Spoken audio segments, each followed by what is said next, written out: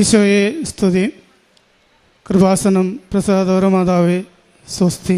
അമ്മ മാതാവ് ജീവനോടെ പ്രത്യക്ഷപ്പെട്ട ഈ ആൾത്താരയ്ക്ക് മുന്നിൽ ഇങ്ങനെ നിന്ന് സാക്ഷ്യം പറയാൻ ഭാഗ്യം ലഭിച്ചതിന് അമ്മയ്ക്ക് ഞാൻ 1000 നന്ദി പറയുന്നു. എൻ്റെ പേര് റാഫേൽ എന്നാണ്. ഞാൻ തൃശ്ശൂരിൽ നിന്നാണ് വരുന്നത്. ഞാൻ ഉടമ്പടി എടുത്തിട്ടില്ല. 66 വയസ്സ് എനിക്ക് പ്രായമുണ്ട്. ഞാൻ ഉടമ്പടി എടുത്തിട്ടില്ല.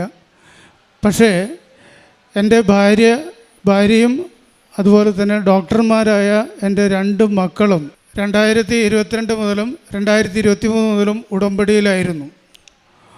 ഉടമ്പടി എന്നാൽ അത് കാര്യസാധ്യതയുള്ള ഒരു കുറുക്കുവഴി അല്ല എന്നും അത് ഒരു ജീവിത രീതി ആണെന്നും എനിക്ക് പരിപൂർണമായി ബോധ്യമുണ്ടായിരുന്നു. അതുകൊണ്ട് തന്നെ ഞാൻ ഉടമ്പടി എടുത്തിട്ടില്ലെങ്കിലും എൻ്റെ ഭാര്യയുടെയും മക്കളുടെയും ഉടമ്പടിക്ക് ഞാൻ പരിപൂർണ പിന്തുണ കൊടുത്തുകൊണ്ട് ജീവിക്കുകയായിരുന്നു. പരിപൂർണ പിന്തുണ എന്ന് പറയുമ്പോൾ അവരോടൊപ്പം ഞാൻ പ്രത്യക്ഷീകരണ പ്രാർത്ഥനയും വൈകുന്നേരത്തെ പ്രാർത്ഥനയും എല്ലാം ചൊല്ലുമായിരുന്നു. അതുപോലെ തന്നെ അവർ പത്രം കൊടുക്കാനും അങ്ങനത്തെ കാര്യങ്ങൾക്കൊക്കെ പോകുമ്പോൾ ഞാനും അവരുടെ കൂടെ പോകുമായിരുന്നു. അതുപോലെ അവർ ചെയ്യുന്ന കാരുണ്യ പ്രവൃത്തികൾ അതിലെ സപ്പോർട്ട് ചെയ്യാൻ വേണ്ടി എന്നാൽ കഴിയുന്ന കാര്യങ്ങളെല്ലാം സാമ്പത്തികമായും അതുപോലെ തന്നെ ഭൗതികമായും ഞാൻ കാര്യങ്ങൾ ചെയ്യുമായിരുന്നു.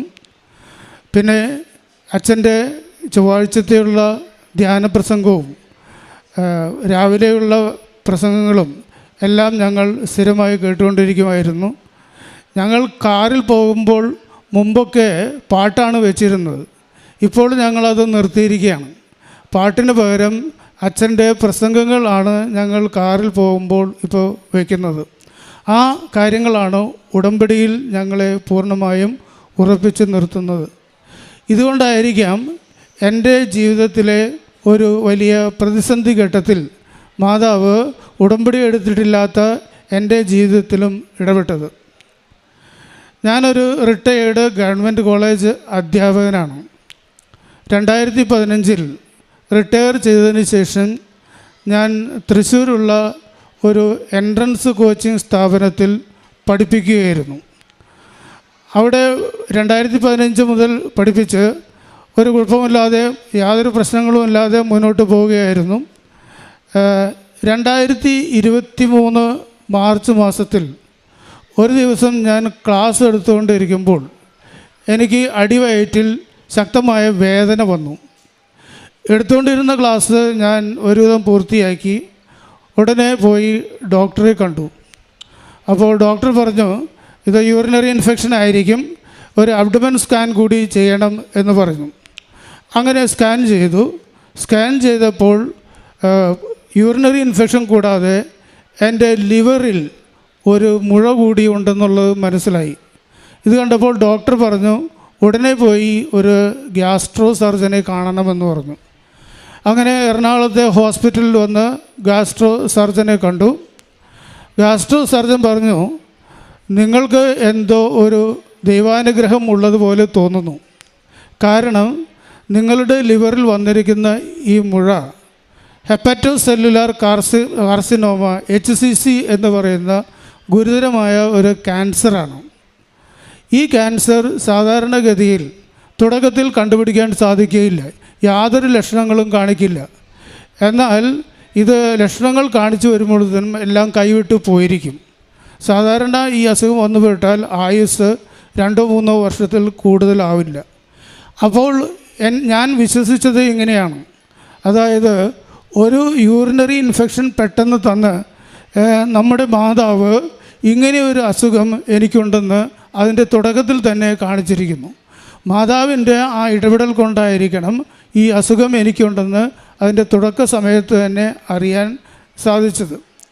അങ്ങനെ ക്യാൻസറാണെന്ന് കേട്ടപ്പോൾ എൻ്റെ ഭാര്യയുടെ മുഖത്തേക്ക് ഞാൻ നോക്കി. അവളുടെ മുഖത്ത് യാതൊരു വിഷമമോ സങ്കടമോ സങ്കോചമോ പരിഭ്രമമോ ഒന്നും കാണുന്നില്ല. ഡോക്ടറുടെ അടുത്ത് നിന്ന് ഞാൻ പുറത്ത് കിടന്നപ്പോൾ ഭാര്യയോട് ചോദിച്ചു, എനിക്ക് ക്യാൻസറാണെന്ന് പറഞ്ഞിട്ട് നിനക്കൊരു വിഷമവുമില്ലല്ലോ, നീ ചിരിച്ചുകൊണ്ടാണല്ലോ ഇരിക്കുന്നതെന്ന് ചോദിച്ചു. അപ്പോൾ ഭാര്യ എന്നോട് പറഞ്ഞു, ഞാനൊന്നും പേടിക്കുന്നില്ല, ഞാൻ ഉടമ്പടിയിലാണ്. എൻ്റെ ഭാര്യ പറഞ്ഞതാണ്, ഞാൻ ഉടമ്പടിയിലാണ്, എനിക്ക് യാതൊരു പേടിയുമില്ല. ഡോക്ടർ പറഞ്ഞു. അപ്പോഴാണ് എനിക്ക് മനസ്സിലായത് ഉടമ്പടി നൽകുന്ന ധൈര്യത്തെപ്പറ്റി.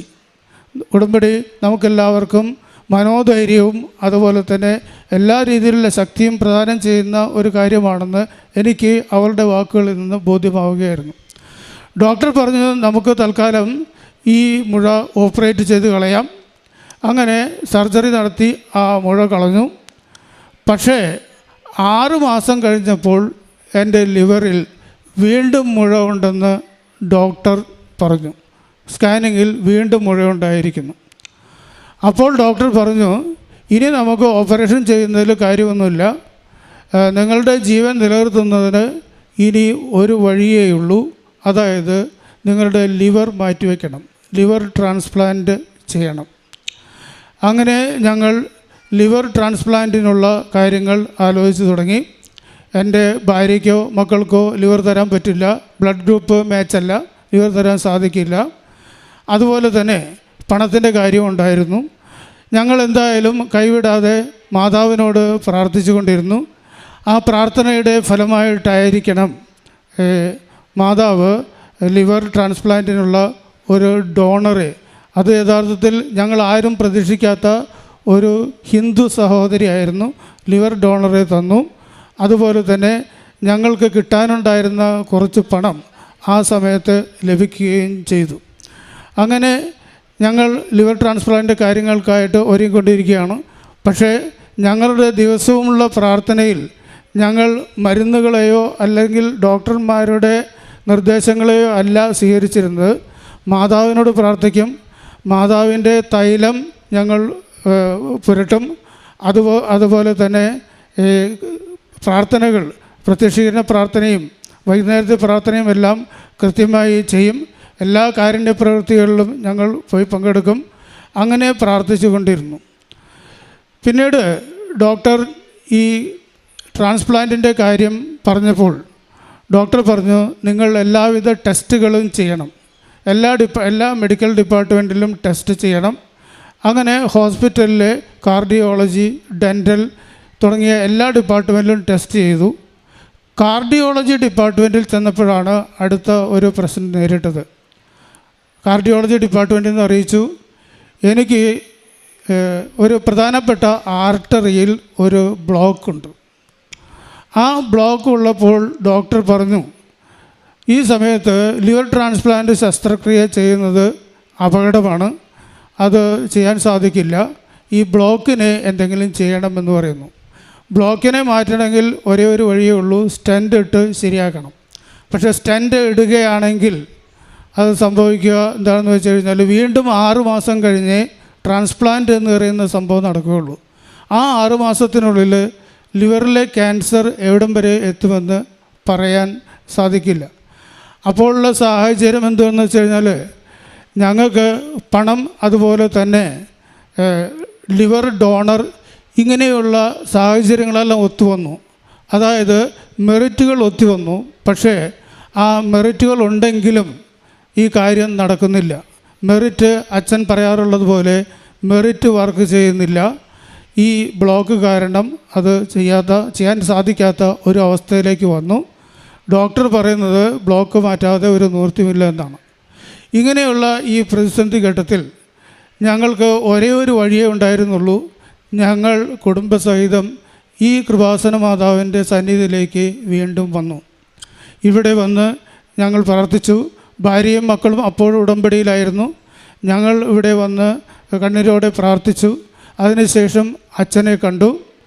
അങ്ങനെ ഈ അൾത്താരയ്ക്ക് മുന്നിൽ അച്ഛനെ കണ്ടു കഴിഞ്ഞപ്പോൾ അച്ഛൻ എൻ്റെ ഈ രോഗമുള്ള ലിവറിൻ്റെ ഭാഗത്ത് സൈത്ത് പൂശി.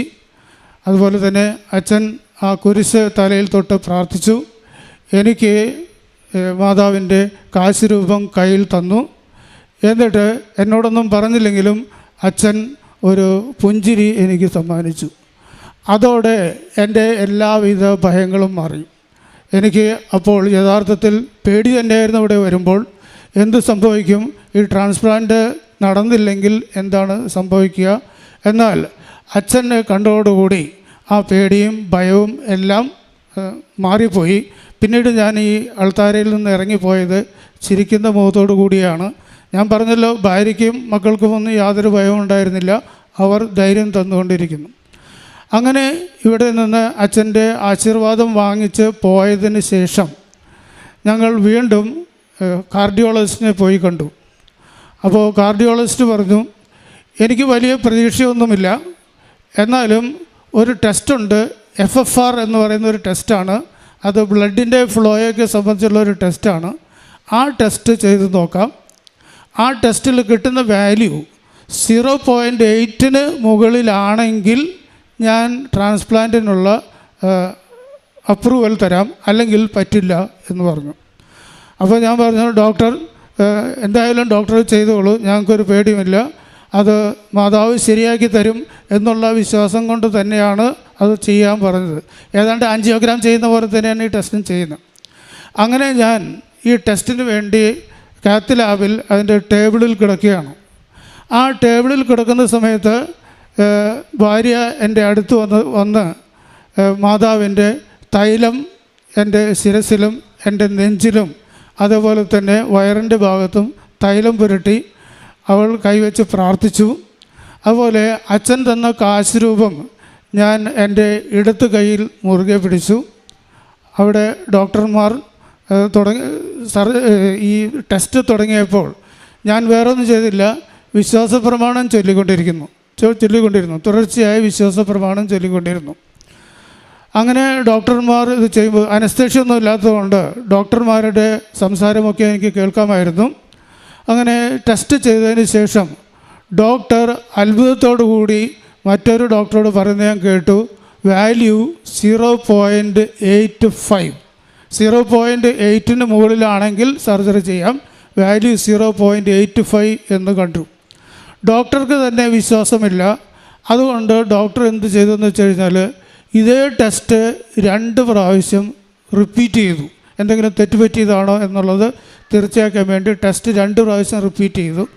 2 പ്രാവശ്യം റിപ്പീറ്റ് ചെയ്തപ്പോഴും ഈ വാല്യൂ ആ ലെവലിൽ തന്നെയാണ്. അതിനുശേഷം ഈ സർജറി കഴിഞ്ഞ മാർച്ച് 27 വിജയകരമായി നടന്നു. അമ്മയുടെ അനുഗ്രഹം കൊണ്ട് മാത്രമാണ് ഈ സർജറി എനിക്ക് നടത്തുവാനും അതേപോലെ തന്നെ ഞാനിപ്പോൾ ആയുസ്സോടെ ഈ തിരുഅൾത്താരയുടെ മുന്നിൽ നിൽക്കാനും കാരണം. ഞങ്ങൾക്ക് നന്ദി പറയാൻ വാക്കുകളില്ല, എങ്കിലും അമ്മേ മാതാവേ 1000 നന്ദി.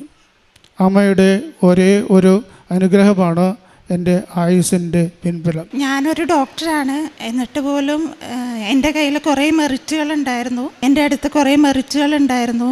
എന്നിട്ട് പോലും എനിക്ക് നിസ്സഹായതയോടെ നോക്കി നിൽക്കേണ്ട അവസ്ഥയായിരുന്നു. പക്ഷേ ഇപ്പോൾ ഈ ആൾത്താരയിലെ ജീവനോടെ നിൽക്കുന്നത് മാതാവിൻ്റെ ഒരൊറ്റ ബലത്തിലാണ്. ഞാൻ ഉറച്ച് വിശ്വസിക്കുന്നു. മാതാവിന് കോടാനുകൂടി നന്ദി. എൻ്റെ മക്കൾ 2 പേരും ഡോക്ടേഴ്സാണ്. അവർ കാരുണ്യ പ്രവൃത്തികൾ നന്നായിട്ട് ചെയ്യാറുണ്ട്. പാവങ്ങൾക്ക് മരുന്ന് ഫ്രീ ആയിട്ട് കൊടുക്കുകയും ആവശ്യമുള്ളവർക്ക് പൈസ കൊടുക്കുകയും, അത് ഹസ്ബൻഡാണെങ്കിലും അത്യാവശ്യം പൈസയ്ക്ക് ആവശ്യമുള്ളവർക്ക് അതെല്ലാം ചെയ്തു കൊടുക്കാറുണ്ട്. പിന്നെ പത്രവിതരണം, മക്കളാണെങ്കിലും റെയിൽവേ സ്റ്റേഷനിലും ഓട്ടോറിക്ഷക്കാർക്കും എല്ലാവർക്കും നടന്ന് പരീക്ഷയ്ക്ക് പോകുമ്പോൾ അവിടെയുള്ളവർക്കും കൊണ്ടു കൊടുക്കാറുണ്ട്. അങ്ങനെ അത്യാവശ്യം എല്ലാ പ്രേക്ഷിത വേലകളും ഞങ്ങൾ ചെയ്യാറുണ്ട്.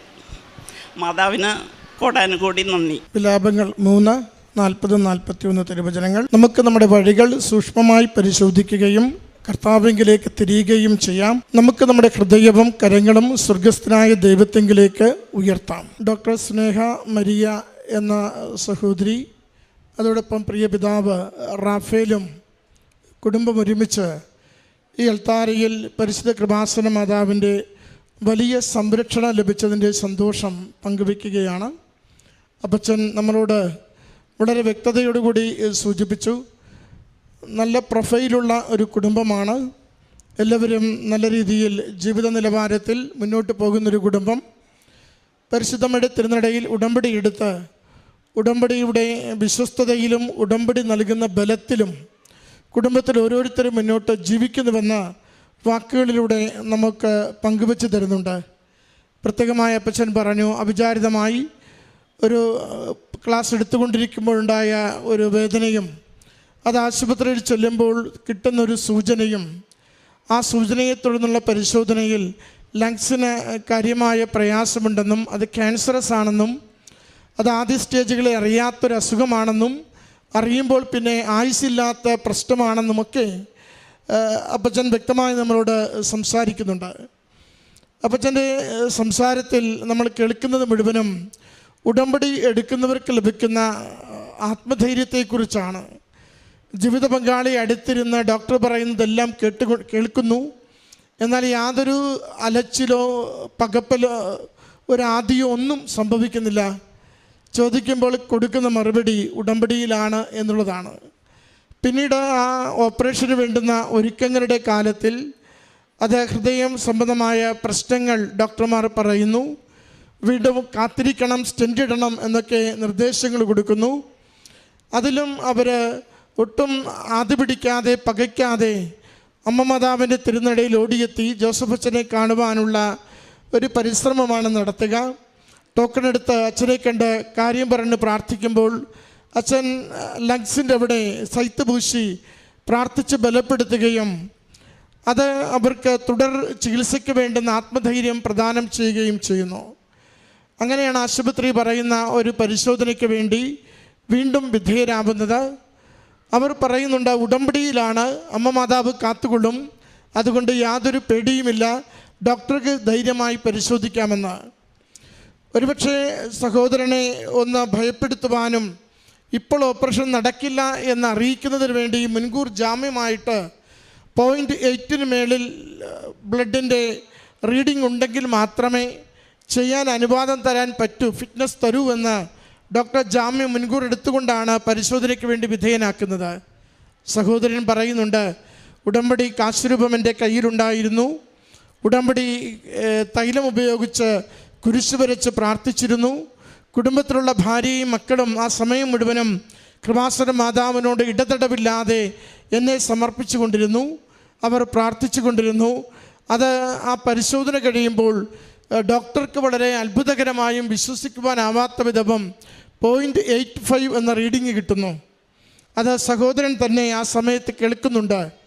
അതിൽ വിശ്വാസം വരാതെ 2 തവണ കൂടി അത് ചെയ്യുന്നു. 2ലും ഒരേ റീഡിങ് റിപ്പീറ്റ് ചെയ്യുന്നു. അങ്ങനെ ഡോക്ടർ അനുവാദം കൊടുക്കുകയും വീട്ടിലുള്ള ആരുടെയും ലങ്സ് ചേരാതിരുന്നപ്പോൾ അറിയാത്ത മറ്റൊരു വ്യക്തി ലങ്സിൻ്റെ പകുതി അല്പം കൊടുത്തുകൊണ്ട് ആ രോഗാവസ്ഥയിൽ നിന്ന് പൂർണ്ണമായി വിടുതൽ നേടും വിധം ആ ശസ്ത്രക്രിയയ്ക്കുള്ള എല്ലാ കാര്യങ്ങളും ക്രമീകരിച്ചു കൊടുക്കുന്നു. ഉടമ്പടിയുടെ ഒരു പ്രത്യേകത, ഉടമ്പടി എപ്പോഴും നമ്മളെ ആത്മധൈര്യമുള്ളവരാക്കി ജീവിത പ്രതിസന്ധിയുടെ നിമിഷങ്ങളിൽ നിലയുറച്ചു നിൽക്കുവാൻ, നിരാശപ്പെടാതിരിക്കുവാൻ സഹായിക്കും എന്നുള്ളതാണ്. ഉടമ്പടിയുടെ മറ്റൊരു പ്രത്യേകത, നമ്മൾ എന്ത് പ്രാർത്ഥിക്കുന്നുവോ ആ പ്രാർത്ഥനയിലേക്ക് സാഹചര്യം മുഴുവനും എതിരായിരിക്കുമ്പോൾ നമ്മളെ കൊണ്ടുവന്നെത്തിക്കുവാൻ, നാം പ്രാർത്ഥിക്കുന്ന മേഖലയിലേക്ക് മറ്റുള്ളവരുടെ കാര്യങ്ങൾ കൊണ്ടുവന്നെത്തിക്കുവാൻ അമ്മ മാതാവ് കൂടെ നിന്ന് സഹായിക്കും എന്നുള്ളതാണ്. ഉടമ്പടി മൂന്നാമതൊരു പ്രത്യേകത, നമുക്ക് വേണ്ടി നാം അറിയാത്ത ദൂതരെ, സന്ദേശങ്ങളെ നമുക്കെപ്പോഴും കൈമാറിക്കൊണ്ടിരിക്കും എന്നുള്ളതാണ്. ഇതൊക്കെ ഈ സാക്ഷ്യത്തിൽ നമുക്ക് കണ്ടെത്താനാവും. ആത്മധൈര്യത്തോടു കൂടി ജീവിതം നഷ്ടപ്പെട്ടു പോകുമെന്ന് തിരിച്ചറിയുന്നൊരു രോഗാവസ്ഥയിൽ ആ ചികിത്സയെ സമീപിക്കുവാൻ കുടുംബത്തിന് സാധിക്കുന്നു. രണ്ടാമത്, അച്ഛൻ സൈത്ത് പൂശി ബലപ്പെടുത്തിയത് കൊണ്ട് ഇനി മറ്റൊരു നീട്ടിവയ്പ്പില്ല, ഈ പരിശോധന അതെനിക്ക് ആരോഗ്യമുള്ളതായിരിക്കും, ഞാൻ അതിവേഗം സൗഖ്യത്തിലേക്ക് നയിക്കപ്പെടുമെന്ന പ്രത്യാശയോടുകൂടി പരിശോധനയ്ക്ക് വിധേയമാകുന്നു. അത് 3 തവണ ചെയ്തിട്ടും സഹോദരന് ആരോഗ്യം പ്രദാനം ചെയ്യും വിധം ഉപകരിക്കുന്നു. മൂന്നാമത്തത്, വീട്ടിലുള്ള എല്ലാവരുടെയും ബ്ലഡ് ഗ്രൂപ്പ് മാറുമ്പോഴും യാതൊരു ടൈം ലാഗുമില്ലാതെ മറ്റൊരു വ്യക്തി കടന്നെത്തി ആ ലങ്സ് പകുത്തു കൊടുത്തുകൊണ്ട് ആ ആരോഗ്യം, ജീവൻ തിരികെ ലഭിക്കുന്നതിന് വേണ്ടി സഹായിക്കുന്നു. പ്രിയമുള്ളവരെ, ഉടമ്പടി എന്നും നമ്മളറിയാത്ത അത്ഭുതകരമായ വഴികളിലൂടെ നമ്മുടെ ജീവിതത്തെ കൊണ്ടു നടക്കുന്നതാണ്. നമുക്ക് നിരൂപിച്ചു വയ്ക്കുന്നതിനൊക്കെ പരിമിതിയുണ്ട്. ദൈവം എല്ലാം കാണുന്നത് വിശാലമായിട്ടാണ്. ദൈവത്തിൻ്റെ കണ്ണുകളിലേക്കാണ് നമ്മുടെ കണ്ണീര് കൊടുക്കുന്നതെങ്കിൽ അത് വിശുദ്ധീകരിച്ചുകൊണ്ട് ജീവിതത്തെ അനുഗ്രഹമാക്കുവാൻ അവിടുന്ന് എപ്പോഴും കൂടെ നിന്ന് പ്രവർത്തിക്കും. പരിശുദ്ധമ്മ ഉടമ്പടിയിലൂടെ നമ്മളെ ഓരോരുത്തരെയും പ്രാപ്തരാക്കുന്നത് ദൈവസന്നിധിയിൽ വേഗം കൃപ നേടുവാൻ, അനുഗ്രഹം നേടുവാൻ തക്കവിധം ഒരു ജീവിതം സമർപ്പിക്കുവാനാണ്. അതിൻ്റെ സന്തോഷം, അതിൻ്റെ സൗഖ്യം, അതിൻ്റെ അനുഗ്രഹമാണ് ഈ കുടുംബം ഈ അൾത്താരയിൽ സാക്ഷ്യപ്പെടുത്തുക. ഈ കുടുംബത്തിന് ലഭിച്ച ഈ വലിയ രോഗസൗഖ്യത്തിനും രോഗീ സംരക്ഷണത്തിനും രോഗകാലങ്ങളിൽ ലഭിച്ച സംരക്ഷണത്തിനും അമ്മ മാതാവിനും തിരുക്കുമാരനും നന്ദി പറഞ്ഞുകൊണ്ട് കരങ്ങളടിച്ച് ഈ സാക്ഷ്യം സമർപ്പിക്കാം. അത്യപൂർവ ദൈവാനുഭവങ്ങൾ ഇനി നിങ്ങൾക്കും സ്വന്തം. ഈ യൂട്യൂബ് ചാനൽ ഇതുവരെ സബ്സ്ക്രൈബ് ചെയ്തിട്ടില്ലെങ്കിൽ ഇപ്പോൾ തന്നെ സബ്സ്ക്രൈബ് ചെയ്യുക. ഈ വീഡിയോ ഇപ്പോൾ തന്നെ നിങ്ങളുടെ സുഹൃത്തുക്കൾക്ക് ഷെയർ ചെയ്തുകൊണ്ട് കർത്താവിൻ്റെ പ്രേക്ഷിതരാകുക.